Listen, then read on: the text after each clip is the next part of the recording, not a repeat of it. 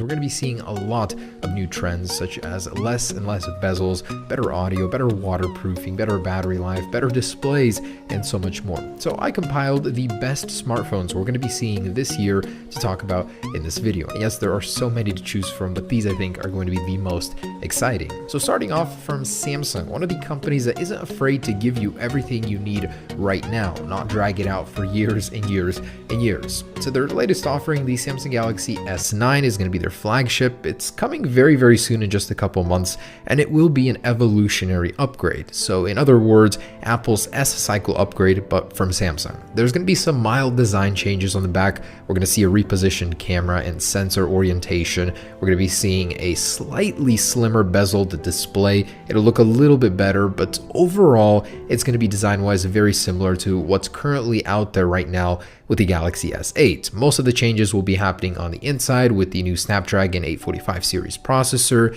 the Exynos 9810 depending on which area you live in, and overall it'll just be a little bit sleeker, a little bit cleaner than the older S8. You can also tell by this image that the overall form factor will be a little bit smaller versus the S8, but the battery life will be increasing by 200 milliamps, which will be a welcome change. Also, surprisingly, Samsung will be keeping the 3.5mm headphone jack when every other company wants to get rid of it like Apple, so it will keep a lot of faithful customers in line with Samsung. It'll be a very sleek, clean, and evolutionary upgrade to the Galaxy S8, but I hope that they make a lot of upgrades to the display, such as 3D touch, maybe 120Hz display, and stronger speakers as well. Either way, it's bound to be a success, just as every other Samsung Galaxy phone before it. And the rumored launch date is on February 27th at Mobile World Congress. Samsung wants to get this phone out fairly quickly, as they want to compete with the iPhone 10 and the iPhone 8 and 8 Plus series, which the Galaxy S8 is falling behind on. And next up, the Samsung Galaxy Note 9. After the triumphant return of the Galaxy Note 8,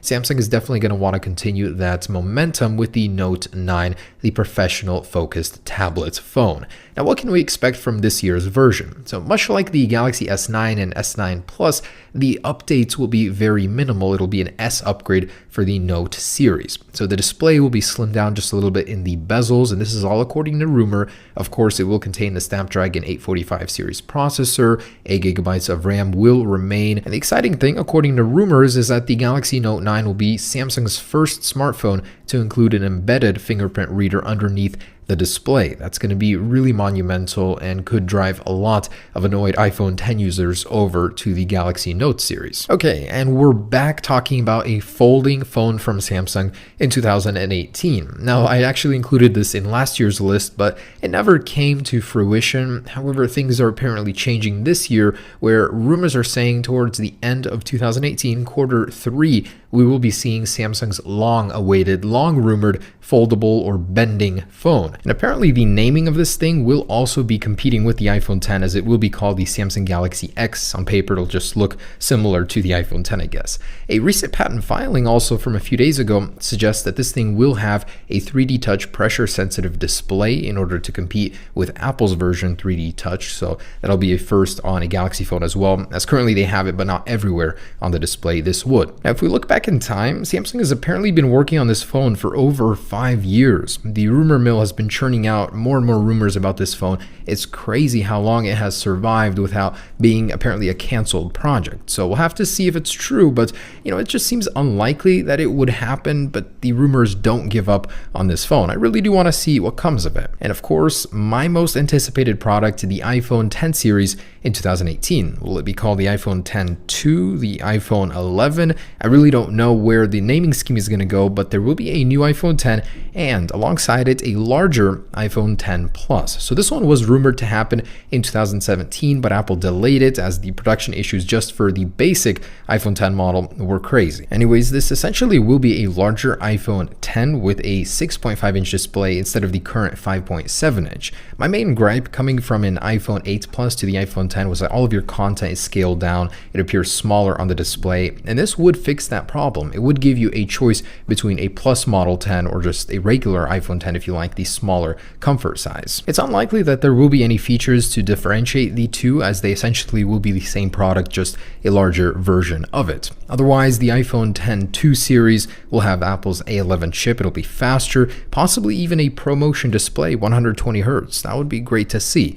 Now, alongside this larger iPhone 10 series, Apple is going to have to do something about the iPhone 8 and 8 Plus series, and this is where maybe an iPhone 9, I'm tentatively calling it, will appear. It'll be a LCD model, but with a cutout very similar to the iPhone 10, or exactly like it, according to Ming-Chi Kuo. So he's saying that Apple will replace the iPhone 8 and 8 Plus with a low-end budget series iPhone 6.1-inch with an LCD display. I'm very curious to see how it will be. I mean, will it be slower? Will the display really suck that much more? But the resolution will be a little bit less than the standard iPhone 10 and 10 Plus. And just days ago, another rumor surfaced that alongside those three iPhone models, Apple will be launching another one, a 4-inch model. What could it be? Of course, the iPhone SE 2. It's been a really long time since the old one was refreshed, and it's a very popular product. It's Apple's entry-level model that's also its smallest, very comfortable to use, and also very popular with consumers. So Apple will be refreshing this one. It's unlikely it'll receive this display you're looking at. This was just our concept rendition of it, but it would be actually really cool to get this onto that phone. It'd be a perfect size for it, actually. So realistically, what we're looking at is just a slightly updated version of the current SE.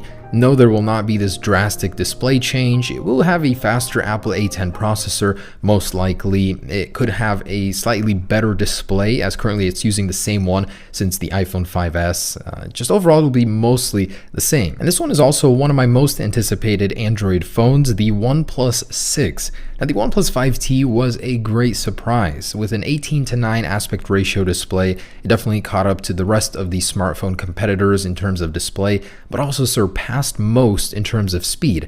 The OnePlus 6 will receive the Snapdragon 845. It'll keep its 8 GB of monstrous RAM, and it'll be a speed demon. Now, the design is mostly slated to be the same, but there is one key feature it might have: an embedded fingerprint sensor within the display, according to Gizmo China. In a phone that mostly fell off the radar, the LG G series, we could be seeing a refresh, the G7, but it's slated to be called something else, as Samsung faced the same problem. It will not be called the G7. Instead, it might have an 8 or 9 in the name in order to catch up to the current iPhone 8s and Samsung Galaxy S8 and S9 series. Now, other than that, it's supposed to be faster. This thing still has the Snapdragon 821. It should have a slightly updated, more sleek-looking display, as this was one of the first phones to go mainstream with the whole bezel-less thing, and it's starting to look old in comparison to the newer ones that came after it. So this thing will feature a redesigned Snapdragon 845 processor, a slightly slimmer bezel display according to rumors, and hopefully the actual panel itself will be better, as LG currently makes the best TV panels in the world. So this is what the Xiaomi Mi 2 was originally supposed to look like according to early concepts. The actual product was quite disappointing in comparison. The Xiaomi Mi 2 did improve in some ways over the original, but in others was actually a downgrade. So I'm hoping the company goes back to its roots, being known for having the most extreme concept smartphone available with the highest screen-to-body ratio ever. And the good news is that is actually what's rumored to happen with the Xiaomi Mi Mix 3. It will have a higher screen-to-body ratio than any smartphone on the market, as well as faster internals to boot. So hopefully this time around it does look a little bit more like its marketing, as the Xiaomi Mi Mix 2 was quite a disappointment for me. And the Google Pixel 3, according to rumors, there will be 3 models this year, as the actual development names have been leaked: the Crosshatch, Albacore, and Blue Line series. One of them will be the cheaper, low-end model, much like the LG 5X was not too long ago, and the other 2 will be the Google Pixel 3 and Google Pixel 3 XL. What will actually be different is a slightly less bezel design on the larger XL series. Even the regular Pixel 3 will apparently have slightly slimmer bezels, better displays, and the Snapdragon 845 on both. The Pixel 2 was an amazing phone, super fast, so I'm looking forward to the third one. And lastly, as a bonus, I wanted to include Doogie's new concept video they just released of a smartphone they will be releasing later this year, they say. It's called the Doogie Slide Screen. It's quite cool because it fixes a lot of the shortcomings with all bezel-less display phones, which happen to be the sensors, the earpiece, the camera, where do you put them? And each phone has its own solution. This one actually includes a slide mechanism, which would hide them until you needed them. You'd slide that back portion up and have it available to use. And this way you can get a full screen experience on the front. It actually looks to be like quite a cool concept, but as a result of the sliding mechanism, it does seem that this design is overall a little bit chunkier than your usual smartphone. So we'll have to see, but I cannot wait until they build this. It seems like a very novel concept. Anyways, guys, that is the offering that we're going to be seeing later in 2018. Of course, not everything is confirmed. It is in the rumor mill stage, but I am very excited to see what 2018 brings. A lot of speed improvements, display improvements, bezels will be shrinking and dying as usual. So I can't wait to see what happens, guys. Stay tuned. I will be reviewing all of these new products on this channel, and I'm mostly excited for the iPhone 10 and the overall new lineup from Apple, as well as Samsung. So of course, we'll be taking a look at those later this year. Thanks for watching, guys. Hope you enjoyed it. And whichever smartphone you choose, just know it'll be much, much better than last year's. Peace.